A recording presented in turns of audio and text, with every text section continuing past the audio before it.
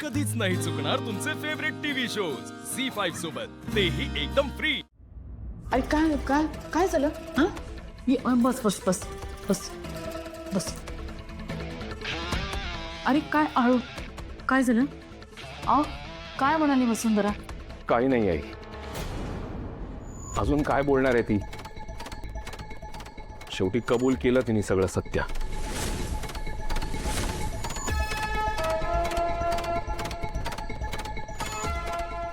आधी तर भेटायला सुद्धा तयार नव्हती. एवढी सगळी फसवाफसवी केल्यानंतर आत्ता कुठे जाऊन तिला लाज वाटायला लागली त्याची. काय बोललास तू?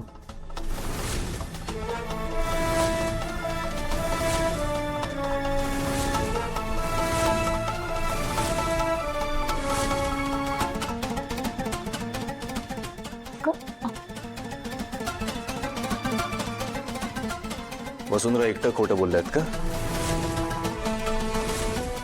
तू काय वेगळं वागलास रे?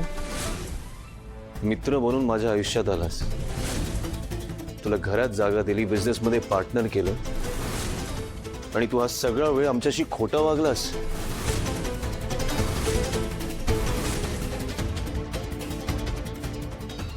का केलंस तू असं?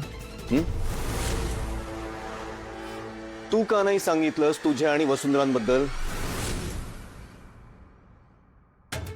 ही आकाश, त्याची काही चूक नाही. अरे त्याने सुद्धा तुझ्यासारखंच भोगलंय ना.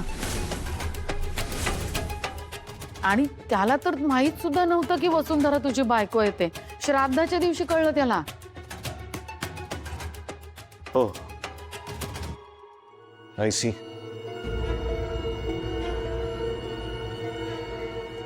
म्हणून त्यानंतर घरी येणं वाढलं तुझं, म्हणजे वसुंधरांच्या जवळ राहतही.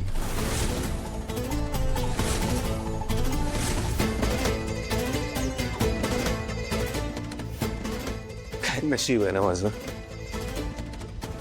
एकतर माझ्या बायकोने मला फसवलं, आणि दुसरं ज्याला सगळ्यात जवळचा मित्र मानला त्याने पण मला फसवलं.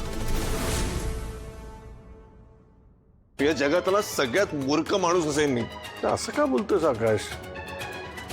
त्याचा पण नाईलाज होता. नको बाबा, आकाश सरांना काही बोलू नका तुम्ही प्लीज. आणि माझी बाजू तर अजिबातच घेऊ नका.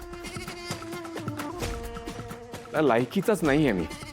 काय चुकीचं बोलताय तो ते? मी मुळातच इतका मोठा गुन्हा केलाय ना की खरं तर त्यासाठी मला मोठ्यातली मोठी शिक्षा व्हायला हवी आहे. त्या मनाने खूप कमी बोलतायत हे. तर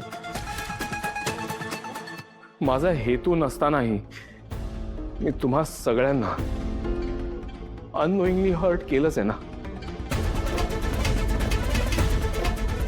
पण आकाश सर, या घरात येण्याचा माझा फक्त एकच हेतू होता, माझा मुलगा.